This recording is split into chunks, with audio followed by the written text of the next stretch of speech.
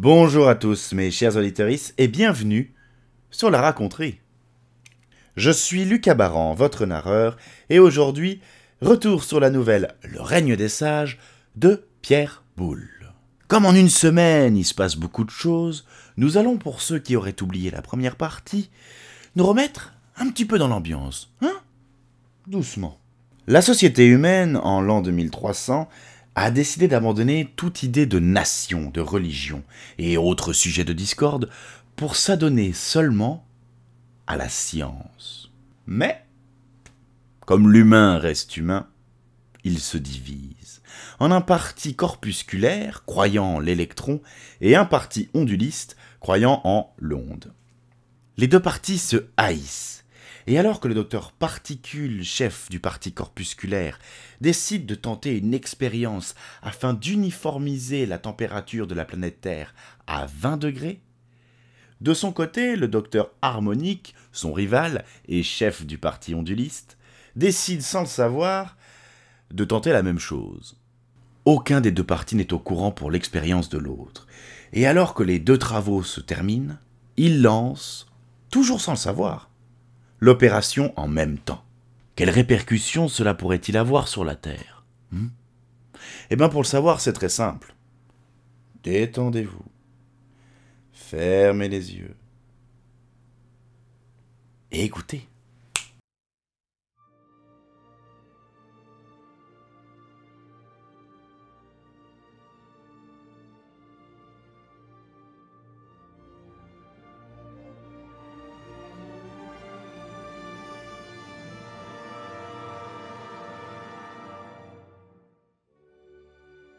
Le 1er juillet de l'an 2300, à 9h45, les autorités corpusculaires étaient rassemblées autour de leur chef dans le temple de l'électron.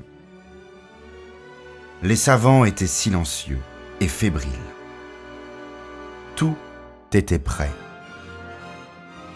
Les transformateurs géants, les émetteurs, les récepteurs étaient en place. Ils avaient été dissimulés sous terre ou noyés au fond de l'océan. La commande se faisait à distance. Dans quelques instants, Particule presserait le bouton rouge sur son pupitre, sur lequel tous les regards étaient fixés. L'action de ce bouton déclencherait une brève émission électronique, qui amorcerait elle-même automatiquement le fonctionnement de tous les appareils.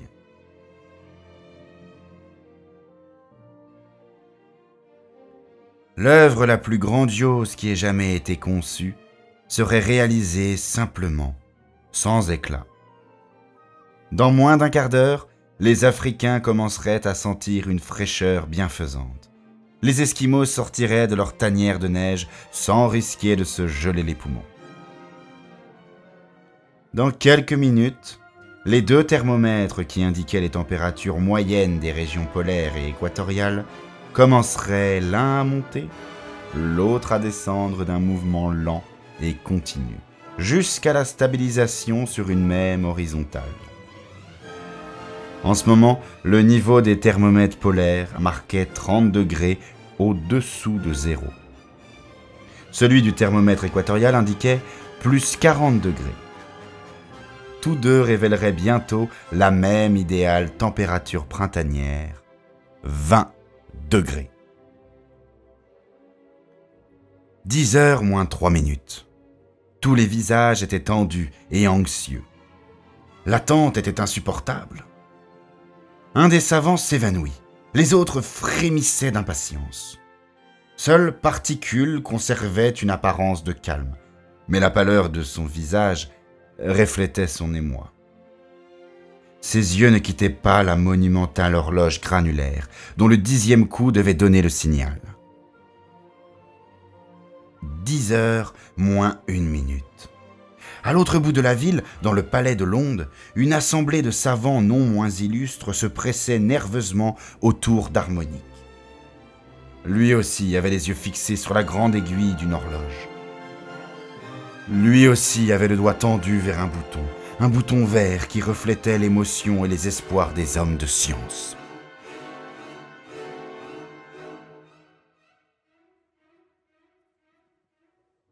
10 heures, annonça l'horloge du parti corpusculaire dans le temple de l'électron. 10 heures. Sonna l'horloge du palais de Londres. 10 heures, haletèrent les deux comités. Messieurs, il est 10 heures. Bégaya le docteur Particule, malade d'émotion. Et il appuya sur le bouton rouge. Il est 10 heures, mes chers camarades. Balbutia le savant harmonique. Et d'un doigt tremblant, il pressa le bouton vert. Un silence angoissé planait sur l'assemblée corpusculaire.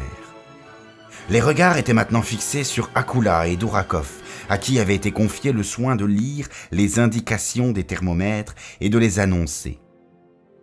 Akula s'était chargé de la température équatoriale, actuellement de 40 degrés. Dourakov de la température polaire, de moins de 30 degrés, pour l'instant. Après quelques éternelles secondes, le premier annonça d'une voix étranglée. 39 degrés. Le niveau commence à baisser. Moins 28. Cela monte. Proclama presque en même temps Dourakov. 38. 37. 36. Poursuivit Akula. Moins 26. Moins 22. Moins 20. Fit écho Dourakov. Messieurs, l'expérience a réussi. Clama Particule, en se penchant en avant et en étreignant les bords de son bureau. Le progrès est en marche. 35 degrés. 33 degrés. 32 degrés. Fit la voix basse d'Akula. Moins 15. Moins 9. Moins 6. Répondit celle aiguë de Dourakov. Messieurs, Dit Particule en versant des larmes d'attendrissement. les Noirs ont moins chaud. Les Esquimaux se réchauffent. Une ère nouvelle commence. L'ère de l'éternel printemps. 30. 28. 26. Fit Akula. Moins 4. Moins 2. 0 degré. Fit Dourakov. Messieurs, mes amis, mes frères, Dit le grand chef électroniste sans pouvoir reprendre son sang-froid. la glace commence à fondre dans l'Arctique et l'Antarctique. La sueur sèche sur le front des Noirs. 25. 24. 23. Continua Akula. Plus 4. Plus 8. Plus 12. Riposta Dourakov. Nous approchons du but, messieurs. Les températures se rapprochent l'une de l'autre. La nature est vaincue. Une leçon est donnée par nous au Créateur. Quelle journée, quelle date! Commenta Particule en arrachant son col dans un grand élan d'enthousiasme. 22. 21. Et 20. Hurla Akula. 15, 18 et 20. Claironna Dourakov. Un tumulte soudain accueillit cette dernière information, emplissant le temple de l'électron. Les savants, les nerfs enfin détendus, se comportaient comme des enfants. Ils s'embrassaient les uns les autres en riant et en pleurant. Une tempête de hurrahs et de cris indistincts saluait Particule. Celui-ci eût voulu commencer ce triomphe, mais il ne pouvait retrouver sa voix. Il battait l'air de ses petits bras, sans émettre un son. 18. Fit Akula. 21. Fit Dourakov. Comment? Sursauta Particule. L'ouragan s'apaisa d'un coup. Le calme lui succéda subitement. On eût entendu osciller un électron. 12. Dit Akula. 23. Dit Dourakov. Dane. Laissa échapper un insulaire, en oubliant que la langue anglaise était depuis longtemps abolie. Caramba. Jura un ex-sibérien. Nom de Dieu. Dit le savant Durand. Messieurs, il s'agit probablement de quelques oscillations autour d'une température moyenne. Tout va rentrer dans l'ordre. Dit Particule en s'essuyant le front. 8 degrés. 6 degrés. 4 degrés. Interrompit Akula, traduisant fidèlement les indications du thermomètre équatorial. 24. 25. Reprit Dourakov, hypnotisé par le thermomètre polaire. Messieurs, mes amis, que se passe-t-il? Implora le grand maître corpusculaire en se prenant la tête à deux mains. 0 degrés. Moins 2 degrés. Moins 4 degrés. Articula implacablement le savant Akula. 26. 28. 30 degrés. martela Dourakov. Au secours, messieurs, à mon secours. Gémit Particule en tombant à genoux. Ma raison m'abandonne. Que se passe-t-il? Qu'arrive-t-il là-bas? La glace se forme à l'équateur. Les noirs grelottent. Les Esquimaux commencent à s'éponger le front. Pourtant, je ne peux douter de mes calculs. Et il est impossible qu'une erreur aussi grossière... Moins 6. Moins 9. Moins 15 degrés. Coupa la voix de l'équateur. 32, 33, 35 degrés. Renchérit la voix d'épaule.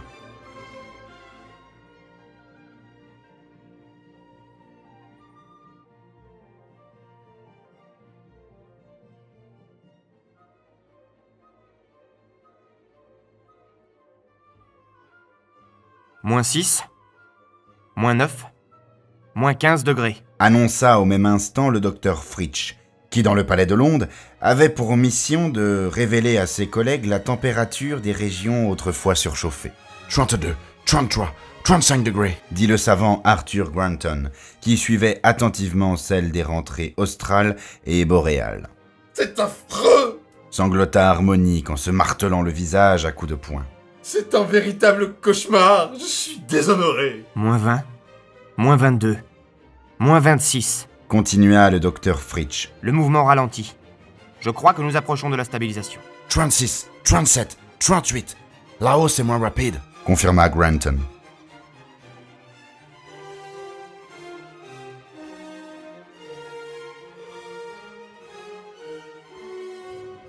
Moins 30.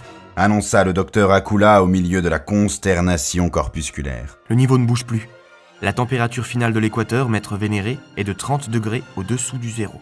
40. Dit Dourakov. Chef illustre, la température d'équilibre est atteinte. Fatalité. Gémit Particule. Catastrophe! Glapit Harmonique.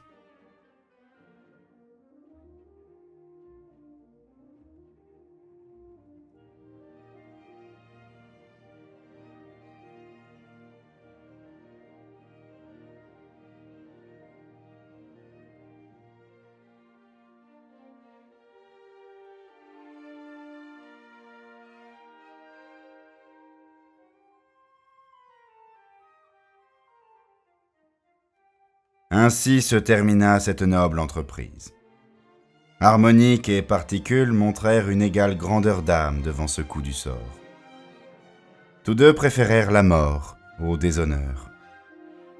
Avant que leurs collègues fussent remis de leur émoi, chacun avait étreint un petit désintégrateur de poche, et en un millionième de seconde, leur substance fut rendue.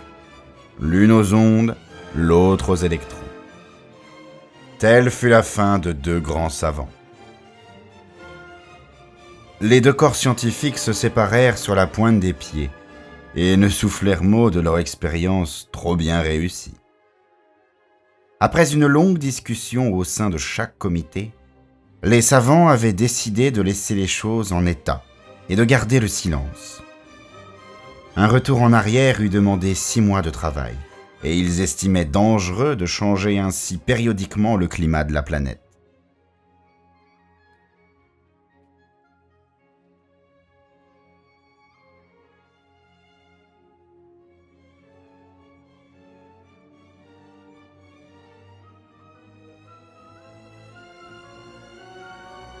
De plus, sans se l'avouer, ils se méfiaient maintenant de leurs calculs. Après tout, Avait conclu le docteur Dourakov, nouveau chef de l'école électroniste. qu'avons-nous à nous reprocher?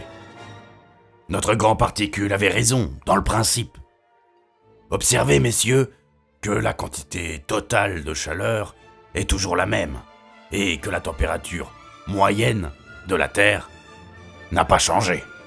Considérez Avait souligné le docteur Fritsch, qui avait succédé à Harmonique. Considérez que le présent climat de l'équateur n'est pas pire que l'ancien climat du pôle. Tout se réduit à un déplacement. L'expérience a en somme réussi qualitativement, ce qui est un grand point, et elle a magnifiquement confirmé les théories de notre maître regretté.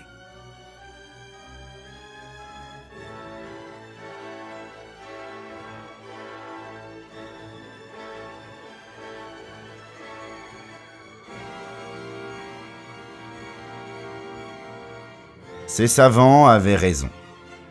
Il n'est pas douteux que les spéculations de particules étaient correctes, et l'on ne peut que rendre hommage au génie d'harmonique. Justice leur fut d'ailleurs rendue, et d'innombrables statues perpétuèrent leurs souvenirs.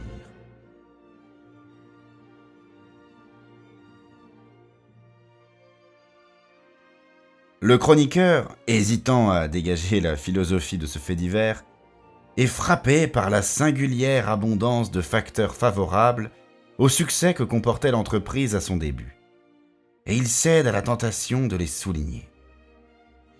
On y trouvait à la base la foi, l'enthousiasme, la science, la perfection de la technique et la puissance des moyens, sans compter le désintéressement, la pureté et la noblesse de l'intention.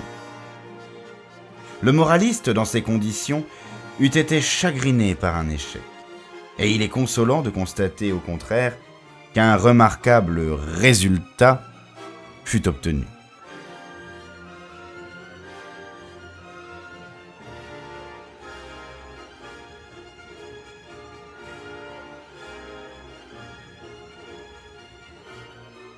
Par suite seulement d'une malheureuse coïncidence, ce résultat ne fut pas quantitativement, suivant le langage des savants, celui qui avait été prévu.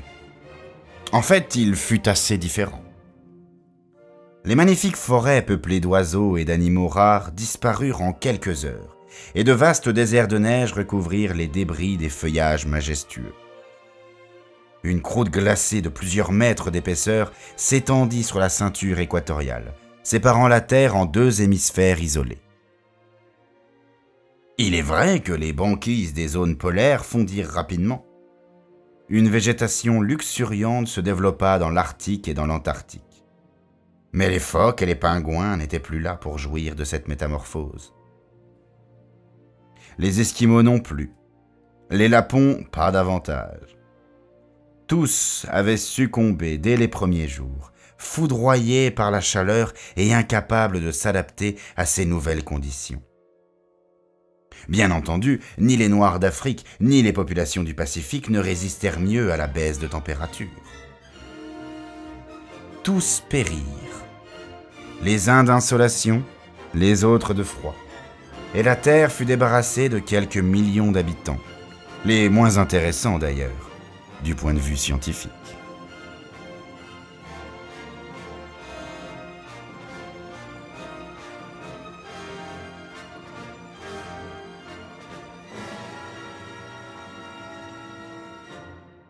Pas très écolo, c'est vrai.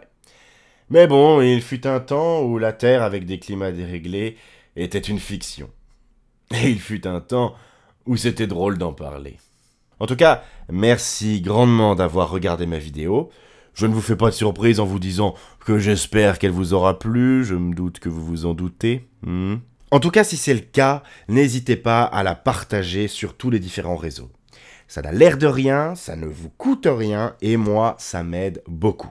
Et n'hésitez pas bien sûr à plus soyer, à vous abonner, à mettre la cloche, et patati et patata, et vous connaissez la chanson que tous les youtubeurs y chantent à la fin de leurs vidéos. J'en profite pour placer que la raconterie est maintenant sur TikTok, alors n'hésitez pas à la suivre et à l'aider à faire tourner du Victor Hugo parmi les différentes danses aguicheuses, tutos cuisine, sketch débiles et tout ce qu'il peut y avoir dans ce réseau social que je n'arrive pas à comprendre. Il est temps pour moi de me taire, de vous dire à dimanche pour le poème de la semaine, car oui, les jours de diffusion ont changé, les nouvelles seront maintenant diffusées le mercredi soir et les poèmes seront diffusés le dimanche, voilà, parce qu'il paraît que c'est mieux. Je vous dis donc à bientôt et laisserai le dernier mot à Pierre Boulle. Mes chers auditeurs, à bientôt. Je défendais d'avoir fait un livre de science-fiction, c'est tout de même un peu de la science-fiction. Je ne m'en défends pas, je ne méprise pas du tout la science-fiction. Je crois tout de même que ce n'est pas exactement cela. La science-fiction en général fait passer au second plan l'humain, alors que mes personnages sont tout à fait humains. La planète que je décris ressemble tout à fait à la Terre, et les personnages, ce sont des singes, c'est entendu. Mais ils ont des réflexes humains, comme vous le disiez tout à l'heure, il y a des singes du monde, des singes de l'être, des singes de science, etc. Catastrophe!